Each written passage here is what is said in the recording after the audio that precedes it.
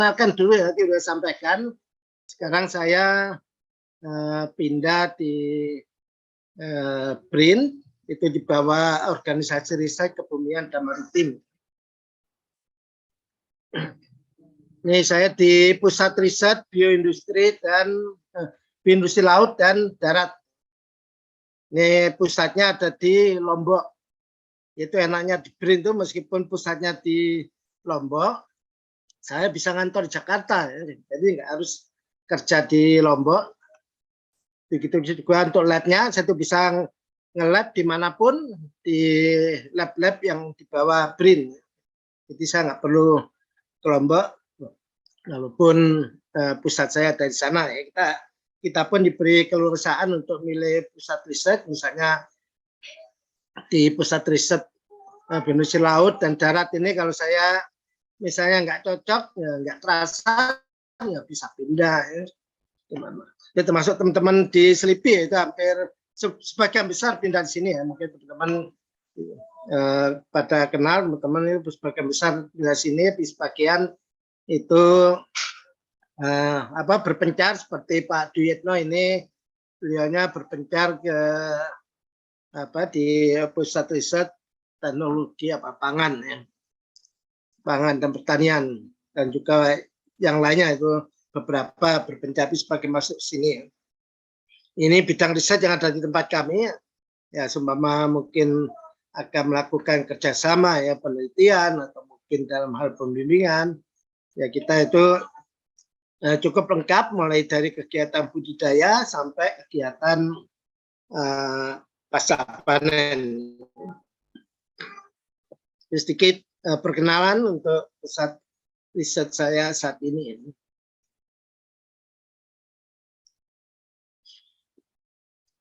Nah, ini outline yang saya sampaikan ya nanti untuk kegiatan kali ini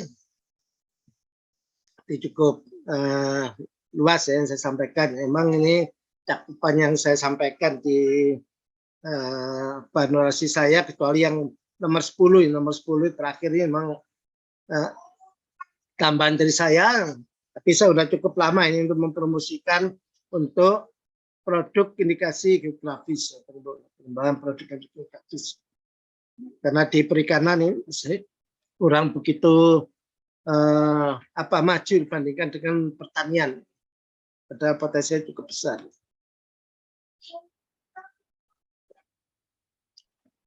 Ini sebagai latar belakang ya, saya kira teman-teman paham betul ini ya tentang potensi kita, terutama dari perairan, di mana wilayah kita 2/3 itu adalah perairan, ya.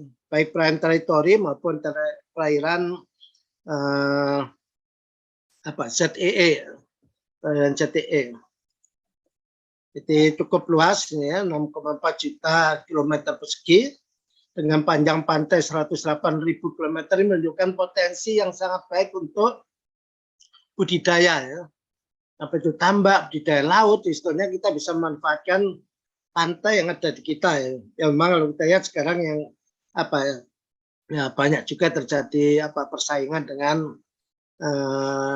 kegiatan yang lain ya, seperti pariwisata, mungkin juga pelabuhan dan pembangunan yang lain. Tapi secara prinsip sebenarnya perikanan itu mempunyai potensi yang sangat bagus. Ini dari sumber daya ikan, ini laut ya, sumber daya laut ini berdasarkan Capman terakhir, ini potensinya cukup besar ya, 12,01 juta ton per tahun dengan nilai GDP itu 8,6 juta ton per tahun. Jadi potensi kita cukup besar.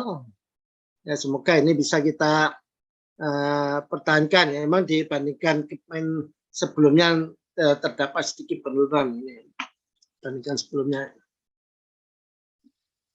Ya, ini harus kita pertahankan ya, dengan berbagai dengan cara pengelolaan penangkapan yang baik. Saya kira itu merupakan program dari Kementerian Kelautan Perikanan ya, dalam penataan penangkapan ya. Ini potensi budidaya yang saya kira cukup besar. Ini saya kira pemanfaatan yang dimanfaatkan juga masih kecil ya. Ya, seingat saya itu masih sekitar 10% ya. Sehingga sebetulnya potensi kita untuk lebih maju lagi untuk perikanan budaya itu sangat terbuka sekali. Potensi yang lain ya kita di daerah tropis ini terdapat jenis ikan yang lebih banyak dibandingkan daerah-daerah mungkin daerah temperate tropis ya. Kita jauh lebih banyak. Tapi dari segi jumlah itu karena banyak jumlahnya sedikit kan ruangannya kan segitu-gitu juga ya ruang lautnya. Tapi jenisnya banyak mungkin harus dibagi lain dengan yang di mana? Yang di temperate. Di temperate itu mungkin subtropis ya mereka jenisnya lebih sedikit. Tapi masing-masing itu jumlahnya banyak. Itu kira-kira membedakan dengan kita. Potensi yang lain adalah biofarmakologi laut, ya, bioteknologi. Saya kira ini juga perlu dimanfaatkan. Yang sampai saat ini kita belum memanfaatkan dengan baik untuk ini ya. Dan potensi kita sebetulnya sangat besar. Ya. Dan ini kalau kita lihat nilai ekonomi dari sumber daya kita ini berdasarkan hasil studi yang cukup lama ini sekitar 82 miliar per tahun ya dengan perikanan tangkap ini termasuk juga besar yang walaupun demikian itu sama yang tadi ini budaya laut ini sebetulnya lebih besar lagi yang ini sebetulnya seharusnya kita mengarahkan pembangunan untuk perikanan budaya ke sana ya sehingga kita bisa memanfaatkan potensi yang secara ekonomi sebetulnya sangat besar. Sampai yang lainnya ini ada teknologi, budaya tawar dan tambak. Itu kira-kira terkait dengan potensi yang ada di kita yang sampai saat ini ya kita belum kita manfaatkan dengan baik ya. Sebetulnya bagi kementerian kita untuk berkiprah lebih baik lagi untuk pembangunan ekonomi itu sangat besar peluangnya. Ini coba kalau kita lihat terkait dengan perikanan tangkap, tadi saya sampaikan ya di potensinya 12,1 dengan GTP 8,6 juta ton. Ini GTP ini jumlah tangkapan yang diperbolehkan. Jadi meskipun potensi sekian kita nggak boleh menangkap semua, tapi sebagian yang bisa kita tangkap. Ini biasanya kalau GTP ini ya ketika saya masih Kapus Litbang Perikanan itu kita tetapkan sekitar 80%. Jadi kalau ingin lebih aman lagi bisa turunkan kita mau 60 atau 70. Kalau ingin potensinya itu lebih aman lagi. Ini kalau kita lihat dari hasil tangkapan ini tangkapan dari laut ini kita lihat memang cenderung meningkat ya. Tapi kalau meskipun meningkat ini kalau kita lihat dari bandingkan dengan GTP ini masih di bawah ya. Jadi sebetulnya ini masih aman ya. Ini yang kita khawatirkan ada tangkapan yang tidak tercatat ya. Mungkin ada ya, kalau zaman dulu kan ada kapal-kapal asing yang mencuri di perairan kita. Ya, nah semoga kalau seperti ini saya kira masih aman karena masih di bawah GTP ya. GTP 8,6 ini 7, ya sekitar 7,5 tangkapan. Ya, sebenarnya kalau kita lihat ini sebenarnya KKP dengan sangat bagus sekali ini bisa memanage laut kita ya, tangkapan di laut. Sampai itu kita masih mempunyai yang lain ya. Yang lain tuh terkait dengan perairan umum. Ini mungkin perairan umum kita masih belum maju ya dibandingkan negara-negara lain ya seperti di Thailand, mungkin di sepanjang Sungai Mekong ya itu mereka bisa memanage dengan sangat baik sekali ya. Mekong kan mulai dari Laos, kemudian Thailand dan lain-lainnya. Ini seharusnya mungkin ini sebetulnya masih cukup kecil karena untuk potensinya sendiri kan itu sekitar 3 juta tonan ya untuk perairan umum ya. Sekitar 3 juta ton. Yang seharusnya itu bisa dari tahun ke tahun 3 juta ton karena saya nggak tahu ini kalau di laut kan sangat bagus sekali itu setiap tahun dilakukan penghitungan potensi tapi untuk darat untuk perairan umum ini tampaknya masih belum dilakukan dengan baik ya. Apalagi penelitinya yang biasa ngitung potensi itu sekarang saya lihat itu mereka pindahnya bukan di perikanan, mereka pindahnya di konservasi. Saya nggak tahu nanti siapa yang akan menghitung potensi untuk perikanan umum. Nah, perikanan laut saya kira nggak ada masalah kan teman-teman masih pindah di pusat riset perikanan. Ini untuk yang perairan umum ini.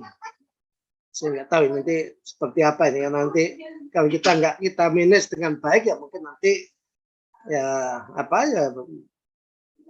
mungkin kemajuannya tidak bisa sebesar seperti yang ada di perikanan laut ya. Budidaya saya kira cukup tinggi ya, terutama untuk rumput laut ini yang utama budaya untuk hasil produksi budidaya ada rumput laut ini yang paling besar.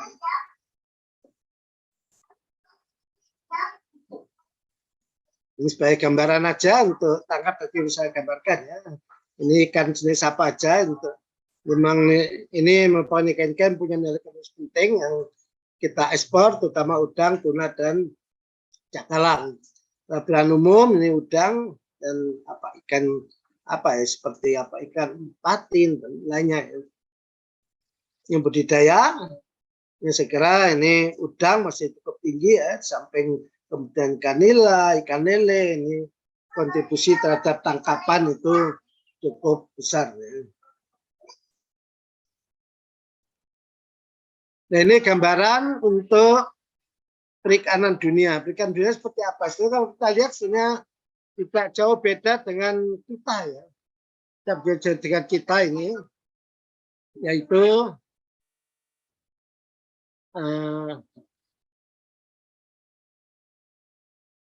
ini kalau kita lihat laut ini tetap mendominasi ya. Kemudian ini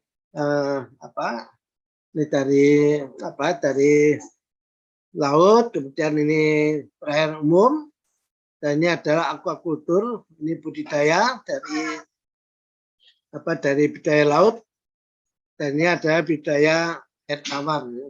Kita lihat seperti itu ya nggak jauh beda dengan kita.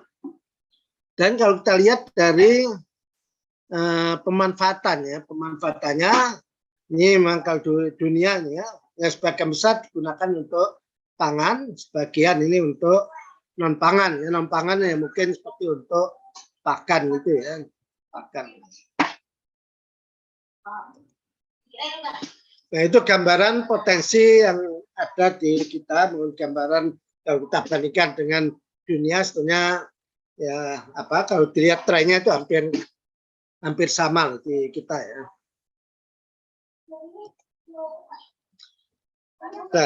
Nah, untuk pengembangan produk, saya kira kita perlu juga untuk memahami tentang konsumen ya, konsumen itu seperti apa. Ya.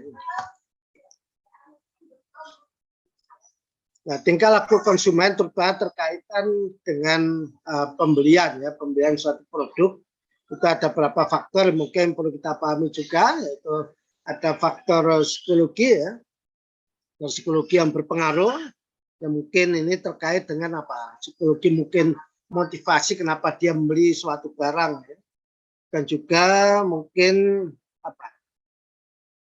mungkin dari pengalaman dia membeli menjadikan berpengaruh terhadap sikap psikologi dari mereka. Kemudian juga terkait dengan sikap dan kepercayaan terhadap suatu Ya misalnya kalau ada yang percaya bahwa kalau terlalu banyak makan jenis tertentu nanti bisa menyebabkan berpengaruh terhadap bayi yang sedang dikandung, misalnya seperti itu. Kemudian juga faktor sosial ini diantaranya berpengaruh adalah terkait dengan keluarga ya, keluarga, mungkin di keluarga situ sangat berpengaruh ya. Mungkin kalau ada di keluarga itu ada yang sangat suka ikan, ya mungkin ada kecenderungan dalam keluarga itu akan membeli ikan untuk memenuhi kebutuhan gizi dari keluarganya ya. Dan juga mungkin terkait dengan masyarakat di situ ya. Masyarakat pun mungkin juga berpengaruh. Kalau kita hidup di tengah masyarakat yang suka ikan, ya mungkin kita akan tertular untuk suka makan ikan. Mungkin juga status sosial kita di situ ya, akan berpengaruh. Kemudian terkait dengan faktor budaya. Nah, faktor budaya ini terutama saya kira mungkin seperti tradisi ya, mungkin tradisi yang ada di masyarakat itu yang secara turun-menurun mungkin akan berpengaruh ya, seperti misalnya orang dari Makassar sangat suka ikan, kan memang di sana masyarakatnya suka sekali ya makan ikan. Nah, lain mungkin dengan orang Jawa, saya baru suka ikan ketika bekerja di perikanan. Ya, masa orang perikanan nggak suka ikan, kan lucu ya. Situ ya akhirnya saya juga suka makan ikan. Ya. Faktor personal ya mungkin terkait dengan mungkin terkait dengan pendidikan, mungkin terkait dengan pendapatan, mungkin juga berpengaruh, termasuk juga gaya hidup. Faktor ekonomi ya mungkin ya terkait dengan seperti sekarang ini ya, mungkin terkait dengan inflasi, saya nggak tahu nih dengan kenaikan BBM akan berpengaruh terhadap terhadap pembelian terhadap ikan. Tapi mungkin malah suplainya mungkin malah berkurang ya, karena mungkin nelayan mungkin kemampuan untuk membeli bahan bakar mungkin berkurang atau apa. Tapi saya kira pemerintah sudah memikirkan ya dengan ada subsidi yang mungkin yang dikhususkan untuk para nelayan kita. Ya hal semacam ini akan mempengaruhi terhadap konsumen di dalam membeli ikan.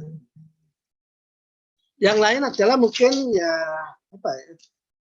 tujuan dari konsumen untuk hidup itu seperti apa ya?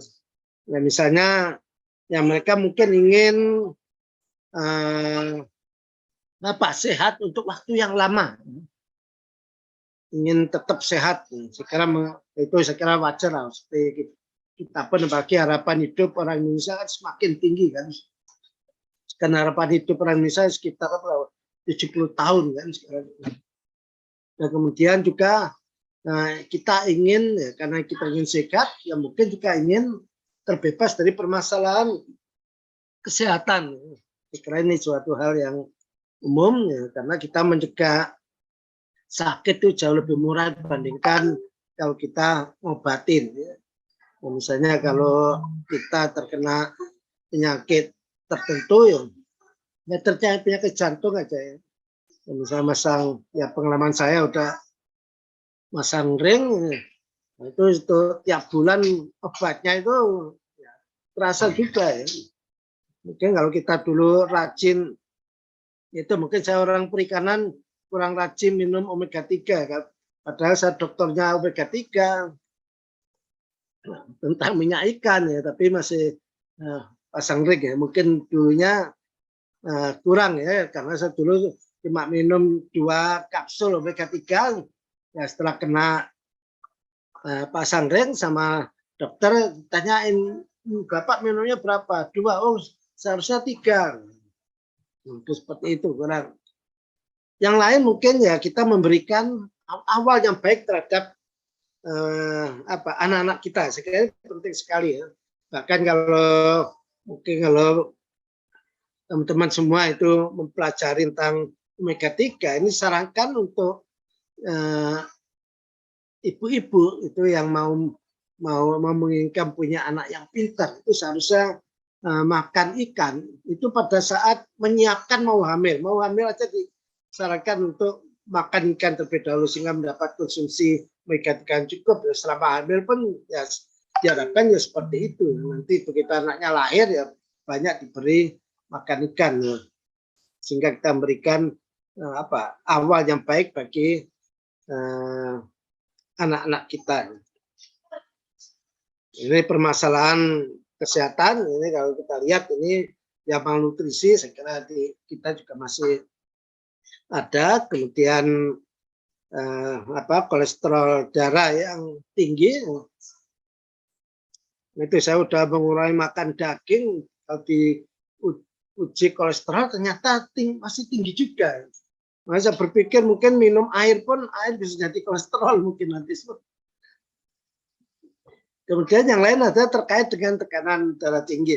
Ya, dua hal ini menimbulkan banyak kematian kalau kita lihat dari gambaran ini ya. Jadi orang yang kurangan gizi pun ini yang mati sampai 10 juta. Ini yang gizi lebih, yang pakai makanan enak ini pun juga 15 juta yang meninggal. Ya saya kira keseimbangan dalam mengkonsumsi itu sangat diperlukan ya. Kalau kita lebih misalnya makan banyak kolesterol ya mungkin kita harus banyak makan makanan yang supaya kolesterol begitu masuk tubuh kita terutama di pencernaan supaya cepat buang sehingga kita mungkin perlu banyak makan makanan yang membuat masa feses kita itu besar ya sehingga cepat dibuang sehingga perlu makan makanan yang berserat. Ini terkait permasalahannya ada di kita ini stunting. Ini saya kira juga kaitannya dengan gizi ya. Ini sampai Pak Presiden ini berkali-kali mengingatkan. Ini sampai ini diharapkan tahun 2024 itu stunting turun.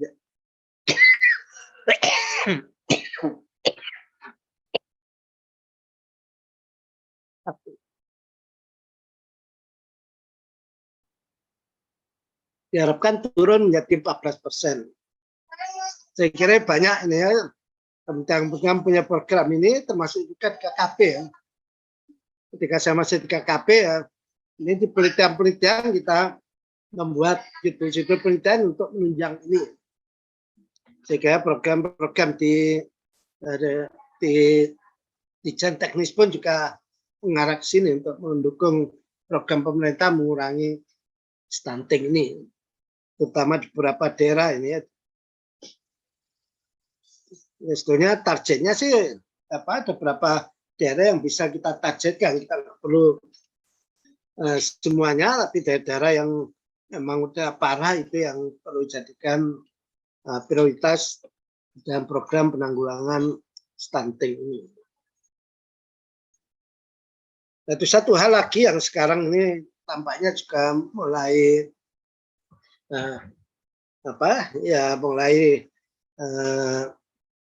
dilakukan oleh banyak kalangan.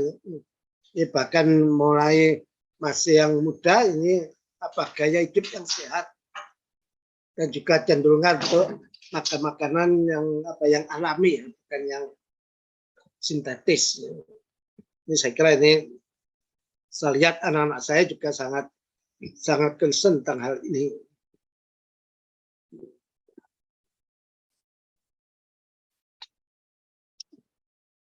Ini satu hal lagi yang terkait dengan consumer market. Ini pasar untuk produk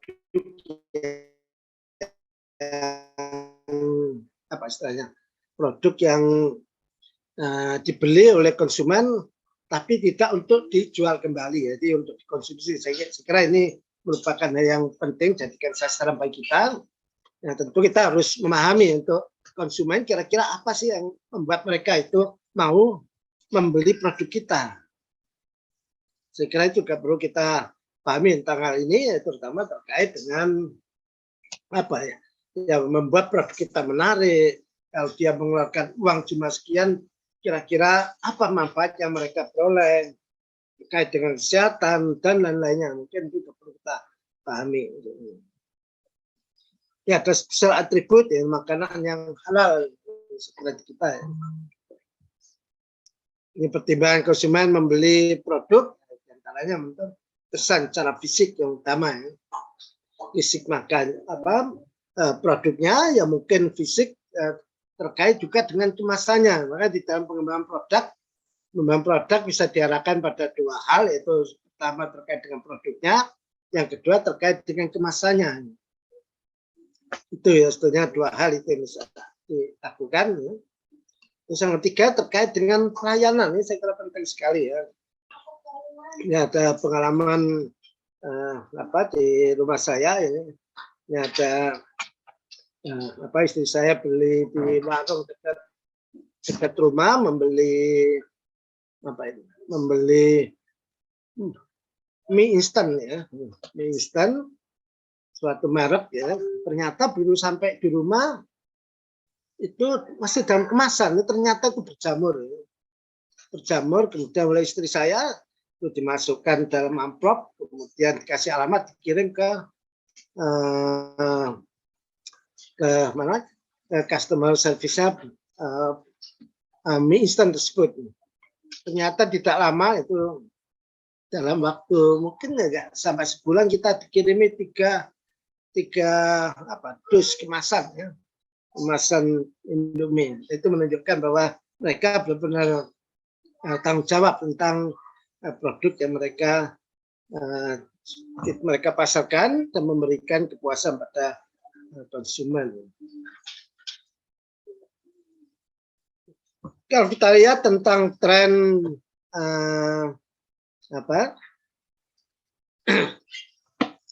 produk hasil perikanan yang ada saat ini ya.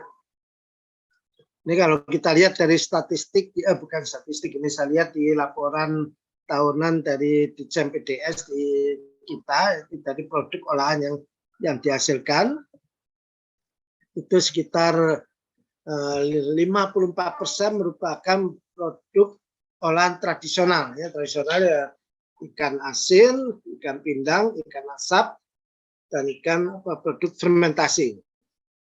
Yang utamanya dari ikan asin, ya, banyak 54%.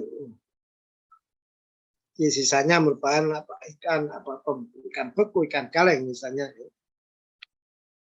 Kemudian kalau FAO ini sekitar 56% ikan dan produk perikanan dunia pasarkan dalam bentuk olahan. Ini dalam bentuk frozen, preserved, dan good ini ya. 56%. Ini mungkin bisa kita jadi pedoman kalau kita mengembangkan produk. Ya, mungkin saya nggak tahu kalau produk tradisional apa kita pertahankan. Mungkin kalau ikan asin mungkin ikan asin yang kering ya, ikan kering mungkin ya asinnya jangan terlalu asin barangkali ya untuk dalam pengembangannya. Mungkin. Ini gambarannya nih ya, bagi kita untuk produk olahan ini jumlahnya 7.146. Masih anu lah ya, tadi kan untuk produksinya kita kan 24 juta ya, untuk 4 juta, 9 juta rumput laut, 15 juta ton untuk ikan, sekitar masih masuk akal ini ya. Yang kita lihat ya semakin lama memang semakin meningkat ini ya olahan yang ada di kita ya. Berarti ini teman-teman PDS cukup berhasil ini untuk menggeser dari pemasaran dalam bentuk segar menjadi olahan. Itu juga kalau kita lihat ini upinya ya, upinya ini sebagian besar adalah UKM ya. Saya kira mungkin kalau kita ingin mengembangkan dan perkenalan teknologi, mungkin UKM bisa dijadikan salah satu sasaran ya. Ya ada kemungkinan ya produk sekian itu adalah kontribusi dari teman-teman UKM. Ini kalau di dunia, ini kalau kita lihat ini yang apa? Ini dalam bentuk live, fresh, dan kit. Ini dalam bentuk bukan olahan. Kemudian ini beku, ini tidak olahan, ini olahan. Kemudian ini yang penggunaan awetan dengan menggunakan garam.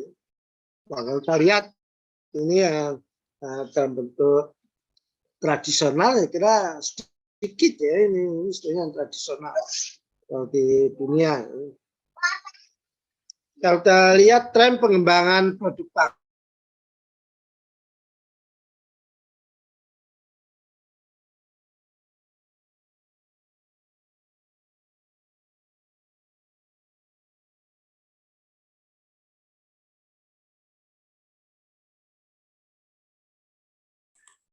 kok hilang ya?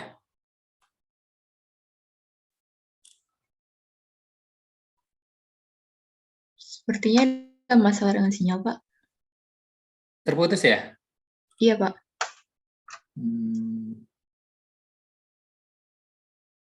Mbak itu peserta minta copy ini nanti bisa di-share ya? File ya? Bisa, Pak. Nanti dari panitia akan di-share. Iya, baik. Gimana? Di Japri, Prof. Heri Eko-nya? Takutnya nggak tahu kalau putus.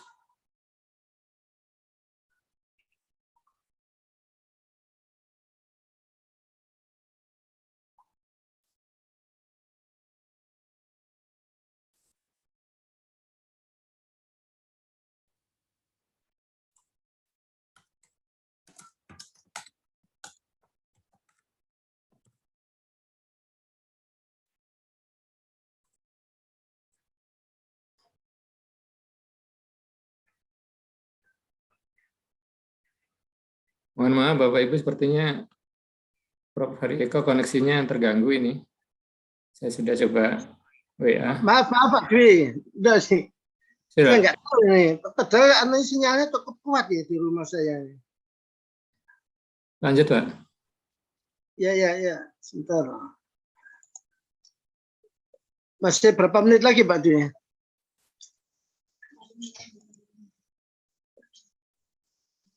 Sekitar 20 menit Pak. Menit udah, saya percepat musik banyak.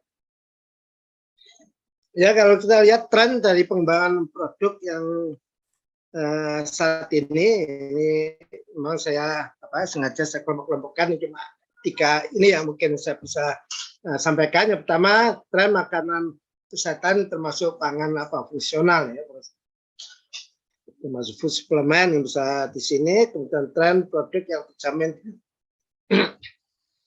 keamanannya, dan terakhir tren produk halal. Ini untuk tren makanan kesehatan. Ini saya kira untuk kita di perikanan ini kontribusinya saya kira bisa diberikan sangat nyata ya, karena produk perikanan atau ikan dan rumput laut itu ya, bisa menjadi sebagai sumber protein ya, dengan komposisi asam amino yang sangat lengkap ya, asam amino esensial terutama ya. Kemudian asam lemak tak jenuh, jamak ini terutama adalah EPA dan DHA ya. Kemudian mikronutrien, kemudian saya kira ya seperti vitamin A, kemudian zinc, kalsium, bahan aktif. Saya kira ini banyak penelitiannya mengungkapkan bahan aktif yang berasal dari dari ikan maupun rumput laut. Dan juga serat pangan, ini terutama dari rumput laut ini, serat pangan. Nah, ini sebagai gambaran ya untuk sebagai sumber esensial untuk protein dan mikronutrien. Ini ada beberapa produk ini yang dihasilkan oleh teman-teman di kantor saya ini, spirulina, minuman, ya. Kemudian kolagen, ini peptida, ini dari Hydrosa protein ikan HPI. Ya, beberapa produk ini komersial. Ini ada permen karet ya, omega 3, Omega 3, kemudian juga ada tuna candy, salmon candy. Ini ada jus yang ditambahkan chondroitin. Ini join jus. Join ini kan join itu persendian. Kemudian juga minuman yang mengandung omega 3, ya, minum 3.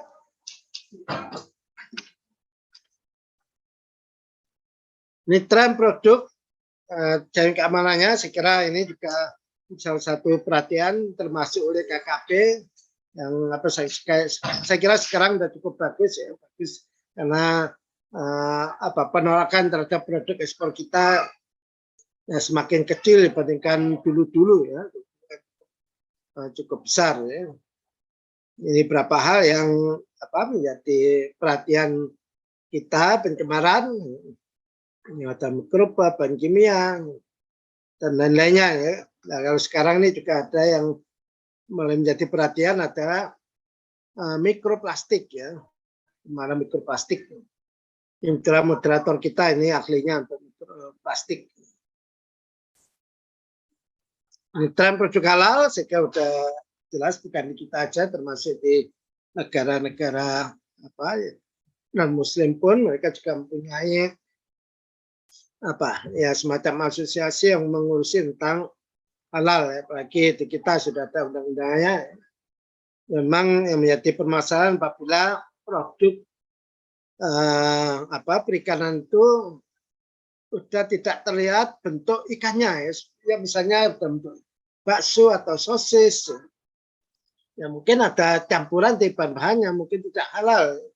Ini mungkin harus perlu dideteksi misalnya dengan menggunakan uji DNA. Dan kemudian kebetulan ini moderator kita nih Pak Duyatna ini merupakan ahlinya di sini juga untuk penentuan adanya pemalsuan dalam produk perikanan. Ini faktor penting dalam pengembangan produk. Yang pertama itu faktor bahan mentah, faktor konsumen, faktor pasar, dan faktor teknologi. Ini terkait dengan bahan mentah, sekarang kita tadi juga sudah saya singgung, ini kita di daerah tropis ini keragaman spesiesnya cukup besar ya, banyak jenisnya ya, tapi masing-masing jumlahnya sedikit ya. Ya lain misalnya di subtropis, misalnya untuk surimi mereka menggunakan kapolok ya, sekali tangkapan itu ya sekali bowling ikannya bisa semuanya kapolok ya. Lain dengan kita nangkap ikan macam-macam. Pasokan tidak konsisten ya, di kita ini tergantung dari musim. Dan bahkan ketika saya masih awal jadi peneliti, ketika penelitian di Muncar itu dalam waktu 1 bulan tidak dapat 1 ekor ikan pun ya. Ya mungkin karena saya itu nggak paham ya terkait mungkin La Nina, nggak ikan itu ada di kedalaman ya, sehingga tidak bisa tertangkap di jaring. Umur simpan pendek ini juga perlu menjadi perhatian ya. Saya kira semua pengusaha perikanan tambut kali ini ya, mungkin untuk beberapa ikan yang perlu diperhatikan itu terkait dengan histamin ya. Ini faktor konsumen ya, selera konsumen sangat dinamis sekali ya. Ini cepat sekali berubah, bagi mungkin mereka dengan tingkat pendapatannya meningkat ya, mungkin yang awal makanan itu dirasa enak, setelah kaya ini makanan jadi tidak enak, lidahnya udah berubah. Ini konsumen harus dilibatkan dalam pengembangan produk ini, mulai dari menentukan ide sampai ke market trial sekarang perlu dilibatkan ya. Biasanya kalau mendekatin akhir dari pengembangan produk itu nanti jumlah dari konsumen terlibat akan semakin banyak. Ini faktor pasar, nah ini ya perlu pencermatan untuk melihat di dalam pengembangan produk. Kalau kita salah mengambil keputusan yang nanti akan menimbulkan kerugian bagi kita dan menjadi keuntungan bagi kompetitor kita. Ini peluang pengembangan produk dapat dilihat dengan melihat gap, ya. Itu terutama untuk produk-produk baru. Ini orang-orang banyak berhasil mengembangkan produk ya karena melihat gap kebutuhan dari konsumen. Ya. Ini faktor teknologi. Saya kira ada teknologi yang sudah tersedia dan harus direkayasa. Nah, yang harus direkayasa terutama untuk produk-produk yang produk baru, ya, produk baru yang dimana kita perlu mengembangkan mulai dari awal. Nah, ini biasanya memerlukan biaya yang cukup besar dalam produk, ya. Jadi karena mungkin produknya di pasaran nggak ada, belum ada produk baru, sehingga nanti kalau kita mengembangkan produk baru ya termasuk dengan peralatannya. Makanya dalam pengembangan produk ya kita juga ada pilihan mengembangkan produk dengan berbasis pada peralatan yang sudah ada di pabrik kita, yang sudah kita miliki. Sehingga nanti kita produksi kita nggak perlu mengadakan alat lagi, memanfaatkan alat yang sudah ada.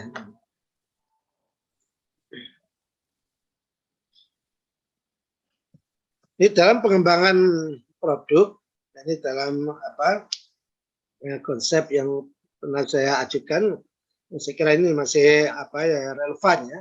Dan kalau kita lihat di sini mungkin kalau di print saya kira ini sangat relevan sekali karena sekarang kita di print dituntut untuk melakukan kolaborasi antar peneliti yang berasal dari satu PR atau mungkin dengan PR lain atau mungkin dengan organisasi riset lain atau mungkin juga dengan perguruan tinggi maupun dengan swasta. Sehingga dengan demikian nanti ada tahap tertentu yang mereka harus melakukan kolaborasi. Itu tahap riset sampai komersialisasi sini, hilirisasi. Nah, di sini peran dari stakeholder sangat penting. Kalau tetap riset sampai ke sini ya nanti belum tentu dia hasil risetnya cocok ya dengan stakeholders, dengan pengguna nantinya. Sehingga kalau mereka dilibatkan, ya memang kalau bisa terlibat sejak awal akan bagus sekali ya. Tapi mungkin ya nggak apa-apa, tahap tertentu mereka dilibatkan. Ya, kalau enggak, ya setelah kita mendapatkan paten, ya paten itu baru kita lisensikan, kita jual. Kalau cocok ya mungkin nanti akan digunakan.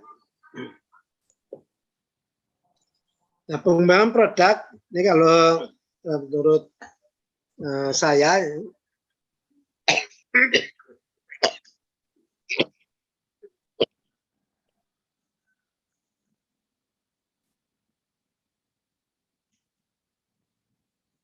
ya gimana kita itu bisa mendapatkan nilai yang lebih tinggi.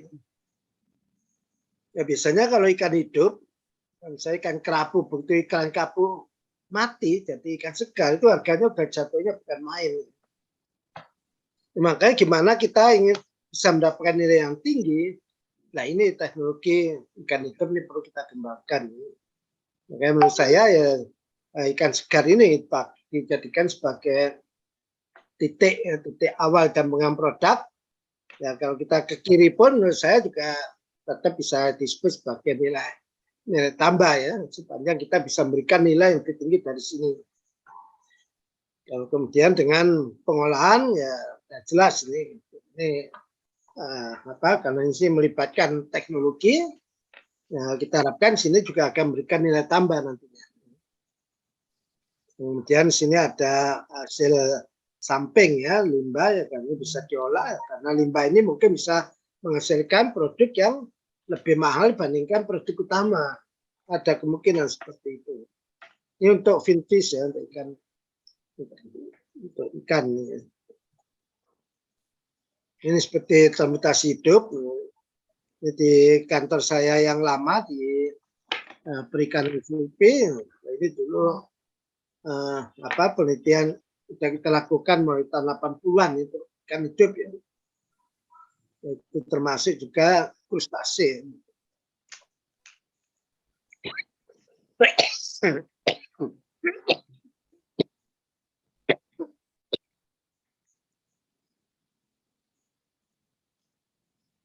produk olahan berbasis surimi. Saya kira ini udah teman-teman perikanan saya kira paham sekali tentang ini ya. Ini untuk krustase. Jadi kita dulu lobster yang mengembangkan di mana untuk mengangkut dengan sistem kering yaitu tanpa menggunakan air ya. Ini teknologi yang dikembangkan oleh teman-teman ya, menggunakan media serbuk gergaji. Ini piting bisa dipasarkan dengan hidup atau dikalengkan. Ini dari pengalengan ini kita bisa mendapatkan cangkang yang bisa kita olah menjadi kepiting getosa. Itu untuk udang, ya, saya kira kita tahu ya, bagian besar itu diekspor dan untuk kuku ya. Salam. Ini pengembangan untuk produk rumput laut ya, picocolloid ya, picocolloid bisa agarofit, rhinofit dan alginofit. Yang sudah dilakukan nih teman-teman saya ini kalau di selipi dulu ya. Ya gagar kertas, gagar batang, modern, dan kemudian dalam bentuk jelly, garusa, banyak sekali yang ini carcinofit, ya, ini diantaranya ATC, karakenan kertas pun juga kita lakukan, terus pengharum ruangan. Ini terakhir ini sep liquid ini Pak Jamal Basmal ini digunakan untuk diantaranya untuk pupuk ya, dan juga produk-produk formulasi untuk tujuan-tujuan tertentu. Ini nilai tambah ya, kalau saat ini yang banyak diekspor dalam bentuk rumput laut kering. Kemarin saya dengar sekarang ini harganya sedang tinggi sekarang ya untuk kotoni ya. Ini kita lihat ini nilai tambah yang kita peroleh ya. Ini kita lihat di refined karakenan cukup tinggi. Ini kalau dari segi nilai ya, saya nggak tahu mungkin ini harus diperhitungkan juga terkait dengan rendemen ya.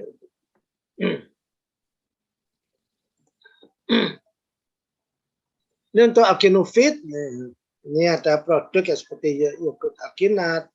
Ini alginat minuman alginat ini diproduksi teman-teman karena alginat dibuktikan bisa menurunkan kadar gula darah ya, segera baik untuk diabetes. Bahkan teman-teman ini ada yang membuat kapsulnya. Ini juga minuman teh dari sargasum ya. Waktunya 10 menit lagi, Prof ya. Ya.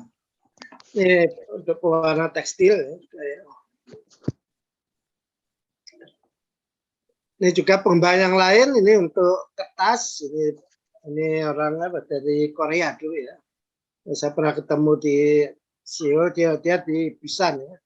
Nah, kemudian dia menceritakan dia sekarang saat itu ya nggak mengarahkan ke kertas, ternyata cukup sampai pap ini, karena pap ini bisa diekspor, itu harganya katanya cukup tinggi ya.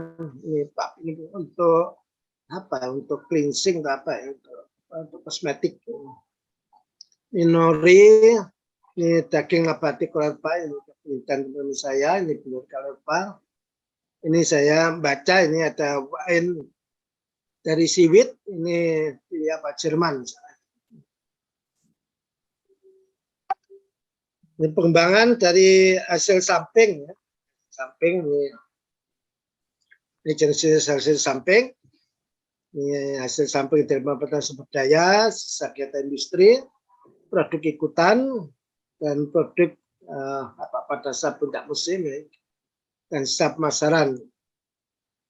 Nah ini diantaranya ya, kalau yang hasil samping pemanfaatan sumber daya ini HTS ya, sampingan ini sebenarnya ikannya sangat bagus kalau beri tangkap walaupun sampingan kemudian diawetkan dengan bagus, ini seharusnya cocok untuk surimi, tepung ikan dan produk olahan tradisional. Yang lain ini hasil penelitian teman-teman kami di SLIPI, ini berbagai macam jenis kulit yang kita sama. Ini kita ngerjakan ini mulai saya belum masuk di SLIPI ya, tahun 70-an. Karena penelitian ngeklaim dia lah orang pertama kali menyamak kulit ikan ya di Indonesia. Karena saat itu masih belum ada, saat itu kita bergerak pada ikan cucut, ikan hiu. Tapi sekarang berbagai macam kulit bisa kita sama. Ini dari kulit dan tulang, ini bisa buat gelatin, kolagen. Nah, ini dari kolagen, ini kalau kita lihat ini bisa digunakan untuk membuat casing ya, casing yang halal ya. Ini kulit cangkang kepiting dan kulit udang ya, cuting kosan supaya banyak teman yang paham tentang ini. Yang samping ikutan, ini misalnya adalah minyak ikan ya, ikan segera manfaatnya cukup banyak, ini bisa untuk farmasi, pakan, pangan dan non pangan. Dan ini kalau kita lihat dari data FAO, ini sebagian besar minyak ikan itu ternyata digunakan untuk keperluan aquacultur, untuk budidaya, mungkin untuk pakan, ya, sebagai sumber energi, dan juga sebagian digunakan untuk keperluan konsumsi manusia. Ini pengembangan produk fortifikasi, sebetulnya dari produk perikanan bisa digunakan sebagai fortifikan maupun sebagai vehicle-nya ya, yang nanti kita fortifikasi. Ya, kita dari produk lemak dan bahan aktif mungkin ini yang bisa kita gunakan. Ya, ini sebenarnya ini kita nggak menyadari, ini sebenarnya merupakan produk fortifikasi seperti kerupuk ikan, kerupuk udang, gitu ya. Rempeyek, apalagi kalau terinya diperbanyak, ya sekarang sebenarnya bisa menghasilkan produk yang proteinnya tinggi ya. Ya, teman dari Padang nih banyak renyuak, ini kita ikan semua ini ya. Yang ikan yang ditangkap di Danau Maninjong. Ini Gunung Kidul, ini ada maringle, ini ditambah ikan lele, ini sudah dipasarkan. Rumput laut ini digunakan pada kue untuk meningkatkan serat maupun iodium. Ini di Gunung Kidul ada produk patilo, tambahkan patilo rumput laut ya, sehingga nanti produknya lebih renyah. Ini berapa produk yang dihasilkan. Ini ada mie ikan, kue, titik, ini brownies ikan. Ya. Ini kita memperkenalkan di terakhir itu kita perkenalkan di Tanah Bumbu. Ini sampai sekarang itu menjadi salah satu produk oleh-oleh dari sana. Ini juga produk ekstrusi tambah ikan. Ini ikan kaleng yang tambahkan medium minyak ikan. Karena ikan kaleng kan dengan pre cooking itu minyaknya kan kita buang. Nah, sebenarnya yang itu ya ikan di minyak ikan kaleng itu omega 3-nya lebih rendah. Sebenarnya mungkin kalau kita ingin membalikan omega 3-nya ya mungkin perlu kita lakukan penambahan minyak ikan. Ini berapa produk ini brownies yang di Tanah Bumbu ini bisa kita temukan di restoran-restoran di sana. Hasil teman-teman perkenalkan. Ini ada kerupuk kalsium, ini produk lainnya yang hasil penelitian kita. Ini seperti tortilla itu ya. Ini produk yang pengembangan non konvensional, misalnya juga ini penting ya, perlu dilakukan karena belum banyak dilakukan. Ini biasanya berbasis bioteknologi, terutama untuk sumber daya pertanian perikanan belum banyak mendapat perhatian kita. Ini biasanya memiliki nilai tambah yang tinggi. Ini ya.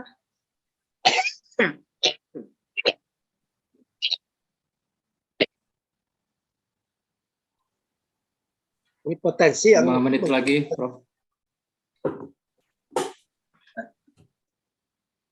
Ini potensinya ya, bisa digunakan. Nah, ini aplikasi produk berasal dari marine byproduct. Ya. Ini khasiatnya, ya. Sehingga kita bisa menghasilkan produk-produk yang mempunyai manfaat bagi kesehatan kita. Ini sama dengan tadi. Ya. Ini proteoform hasil penelitian teman-teman di SLIPI, ini merupakan enzim ya, enzim yang isolasi, ekstrak dari Bacillus thuringiensis yang biasanya kita temukan di lingkungan laut bakteri ini. Ini karena enzim protease ini. Ini kolagen tripang, ini hasil penelitian teman-teman, saya gunakan untuk moisturizer, anti acne, anti aging, dan anti wrinkle ya, kusut. Nah, wrinkle itu itu ya?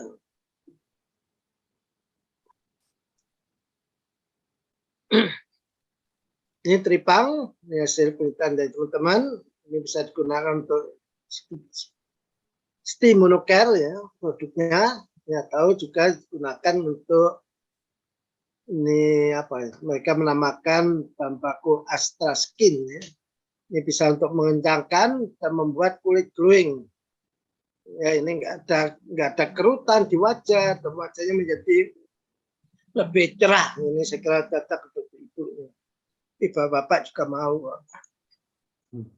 Ini produk lain yang dikembangkan teman-teman untuk termobroplastik, ini untuk kitosan ya, buat produk termobroplastik. Ini juga rumput laut termobroplastik ya. Plastik ini bukan seperti edible film ya. Di sini nori. Ya. Ini peptida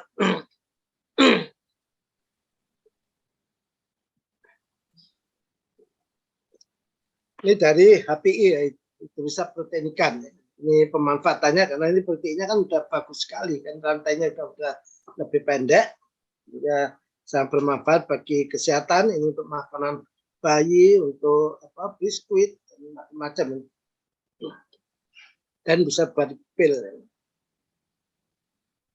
Ini untuk bakter fukoidan, ya.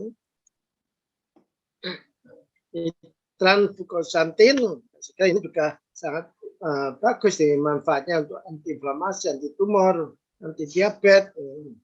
Ini dari rumput laut, hasil penelitian teman-teman juga. Nah ini nggak kalah pentingnya adalah produk tradisional menurut saya.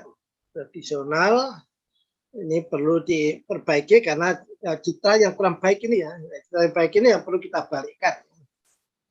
Ya, diantaranya sanitasi, ini harus kita buat seperti ini. Ya, hasil kerja teman-teman di SLIPI dulu ya, untuk meyakinkan orang sehingga mereka mau merubah seperti ini, termasuk ini juga. Ya. Dari seperti ini, akhirnya mereka bisa mendapatkan SKP. Ya. Kalau seperti ini nggak akan mendapatkan SKP.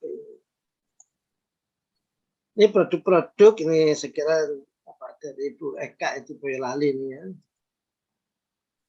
Nah ini untuk produk tradisional mungkin bisa kembangkan dengan menggunakan pola UFO, one village, one product seperti ini ya. Ini kan asap ini yang ada di Demak. Ini Kampung Lele Boyolali, ini ada di Kediri. Nah, ini sebenarnya produk tradisional Jepang tapi dengan kemasan yang bagus. Ini Cikua, ini kan menarik buat anak-anak ya, kemasan seperti ini. Ini Kamabuko. Lagi ini kemudian ini adalah pemain bola terkenal di Jepang ya, kemasan menarik ya, dengan kemasan seperti ini. Ini saya kira produk tradisional Jepang yang mereka bisa membuatkan pasar ya, saya pernah lihat di Kagoshima pasar khusus untuk Katsubishi. Ini terakhir ya, Pak Dwi, ini produk indikasi geografis. Ini saya kira penting bagi kita perikanannya karena kita tidak berkembang cukup baik untuk ini ya. Padahal sebetulnya tidak susah. Ini produk geografis adalah ini faktor lingkungan geografis, faktor alam, faktor manusia. Kombinasi keduanya bisa menghasilkan suatu reputasi kualitas karakteristik dari suatu produk. Ya. Ya, ini yang kita klaim, ya seperti kita patenkan, Pak, ini. Kita lakukan. Ini sampai saat ini baru cuma ada 3 ini ya, kita perikanan. Lain dengan pertanian, ya. Kopi ada kopi Kintamani, kopi Gayo, kopi apa, kopi aja udah banyak. Nah ini baru Bandeng Asap Sidoarjo ini karena di lokasi tersebut kalau ikannya itu ikan bandengnya bisa menghasilkan ikan asap dengan rasa khas di situ. Itu kekhasan daerahnya itu ikan uceng Temanggung, ikan sidat Marmorata di Poso. Ini kemarin ini saya dengar ada ikan bawis bontang, tapi tampaknya ini berhenti di tempat karena tampaknya dinas katanya ini kurang mendapat dukungan ya. Udah dapat dukungan kuat dari pabrik pupuk di sana ya. Sayang sekali ini. Ini pengalaman ini sebetulnya kita lebih dulu Indonesia memperkenalkan untuk IG produk ya untuk pertanian sekarangnya. Tapi seperti Thailand, Vietnam, mereka cukup cepat ya.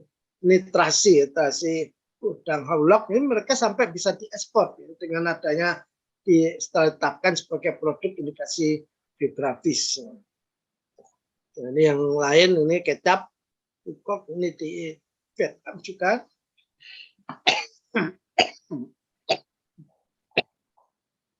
Ini juga diekspor ini.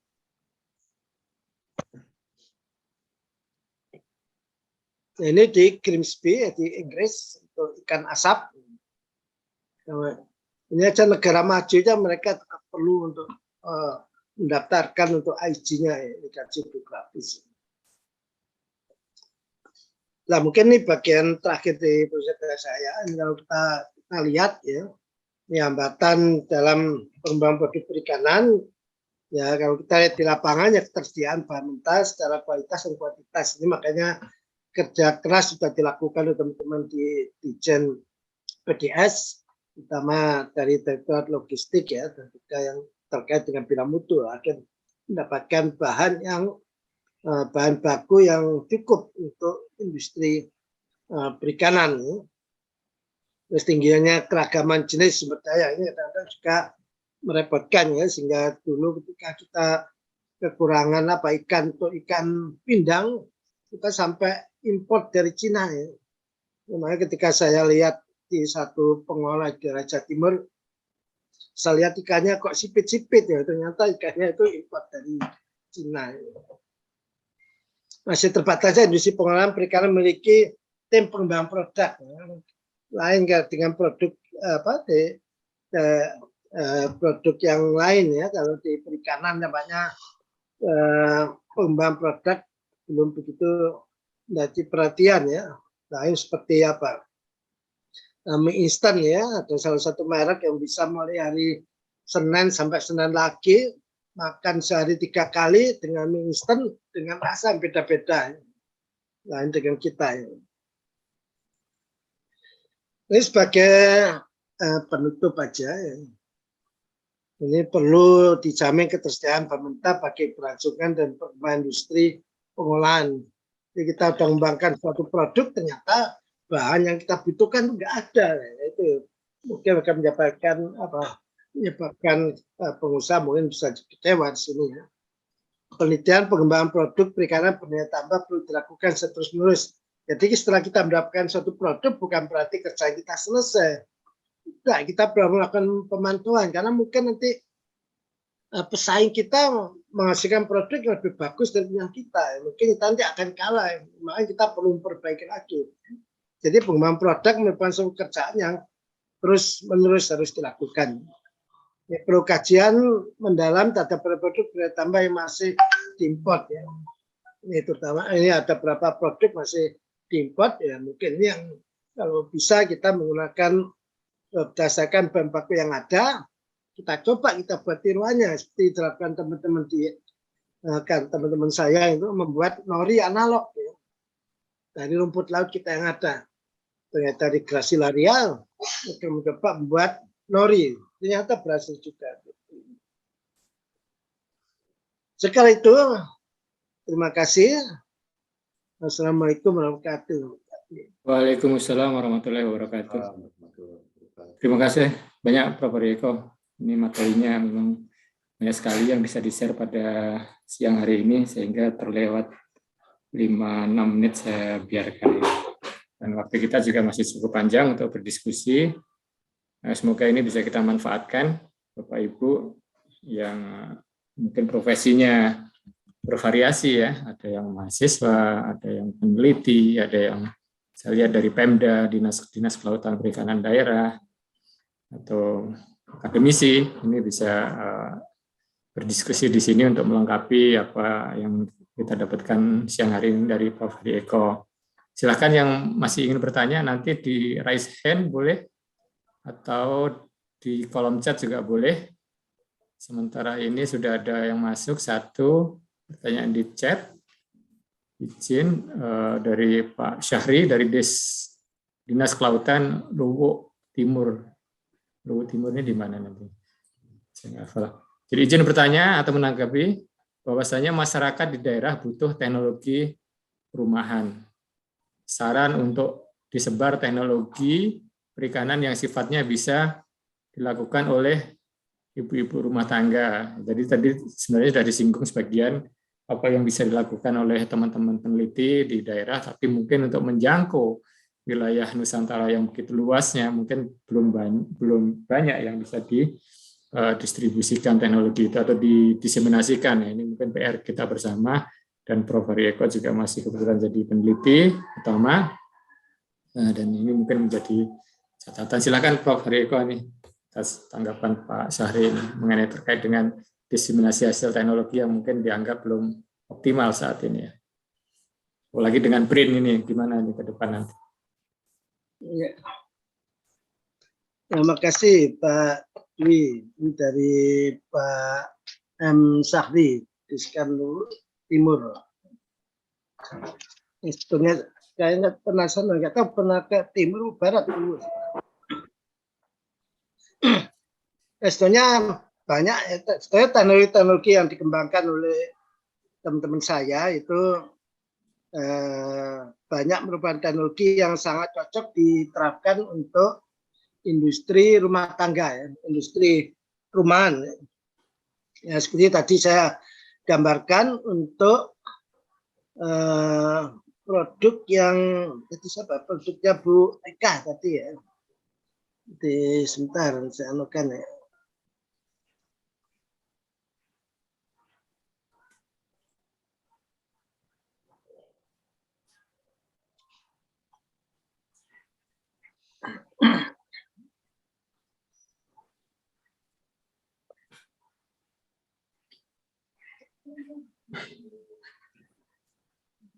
Nah, seperti produk ini ya, produk tik-tik nih ya.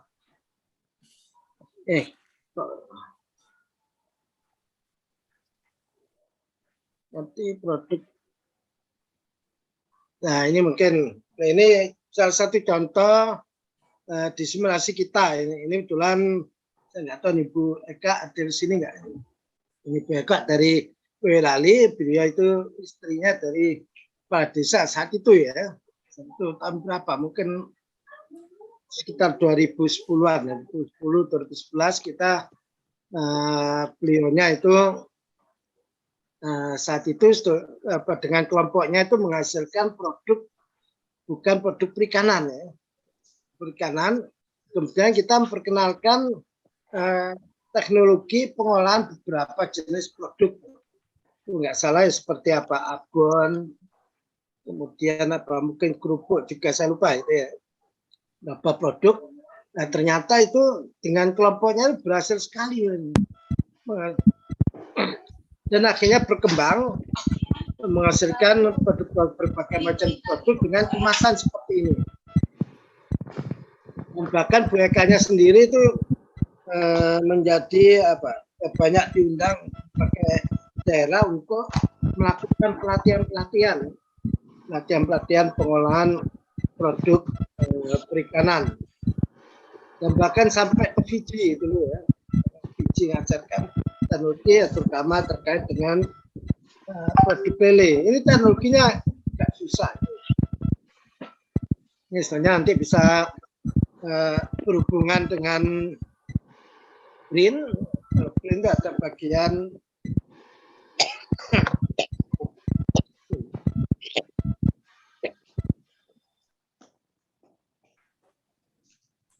ada direktorat apa ya, diseminasi apa ya, mungkin Pak Dwi tahu, mungkin bisa menghubungi mereka untuk melakukan kerjasama pelatih, semacam pelatihan untuk pembuatan produk-produk perikanan yang levelnya untuk skala rumah tangga. Kita banyak untuk itu ya. Jenis produknya juga banyak yang bisa kita tawarkan. Ini salah satu aja nih jenis produk ini. Karena istilahnya banyak produk yang udah kita hasilkan. Ini tadi yang produk tik-tik tadi ya, tik-tik itu banyak sekali itu yang cukup berhasil. Kalau di pameran-pameran nasional, kalau ada yang namanya tik-tik, itu udah pasti hasil pelatihan oleh teman-teman saya. Ini produk ini ya, tik-tik. Nah, yang nama tik-tik itu teman-teman yang beri nama itu. Oh, tik-tik. Ini banyak. Jadi kalau di pameran ini sampai berapa tempat itu stand menamakan apa produknya tik-tik. Kalau tik-tik pasti dari teman-teman ya. Nah, seperti brownies ini ya. Ini jadi apa ya, sekarang di Tanah Bumbu. Nah, tadi pagi saya cek dari produk yang kita perkenalkan di Tanah Bumbu yang saat ini cukup digemari, apa yang masih diproduksi sampai sekarang ini ternyata adalah brownies ini, brownies ikan patin, kalau sana ikan patin digunakan. Jadi mungkin juga kerupuk amplang itu kan istilahnya teknologi nggak terlalu susah. Nanti bisa menghubungi kayak itu aja, direktorat apa? Ya, Direktorat Pemanfaatan Riset dan Inovasi. Pemanfaatan riset, ya. Mungkin bisa hubungan dengan mereka. Nanti ya mereka nanti akan menunjuk kita. Ini kemarin kita pusat riset tempat saya melakukan diskusi dengan Brida NTB untuk rencana kerjasama. Ya, saya mempresentasikan beberapa jenis produk yang cocok untuk mereka, yang mungkin nanti bisa kita kerjasamakan berdasarkan potensi yang mereka punyai. Jadi kita harus tahu potensinya apa di sana, nanti kita sesuaikan dengan produk yang ada di kita. Karena kadang-kadang ada komunitas tertentu di sana, kita belum ada teknologinya. Mungkin sebelum ke sana kita kembangkan terlebih dahulu, dilihat kecocokannya untuk diolah menjadi produk apa. Itu biasanya kita melakukan penelitian terlebih dahulu. Jadi kita bukan terus datang ke tempat dengan teknologi kita punya, kita harus tahu dulu informasi tentang potensi yang ada di tempatnya Bapak Ibu sekalian. Baru kemudian kita nanti memperkenalkan teknologi yang sesuai. Saya kira ini Pak Dwi. Baik, terima kasih banyak Prof atas informasinya, dan mungkin nanti Bapak Ibu yang butuh tindak lanjut bisa dilanjutkan dengan komunikasi di luar forum ini, dan juga mungkin juga dengan Quarens, kerjasama dengan Quarens ini juga saya lihat juga biasa melakukan pelatihan-pelatihan atau alih teknologi, nanti bisa ditindaklanjuti. Selanjutnya ada pertanyaan yang raise hand dari Pak Ardiansyah ini, BPIH. Tolong perkenalkan diri dulu Pak Ardiansyah, nanti sampaikan pertanyaannya. Namun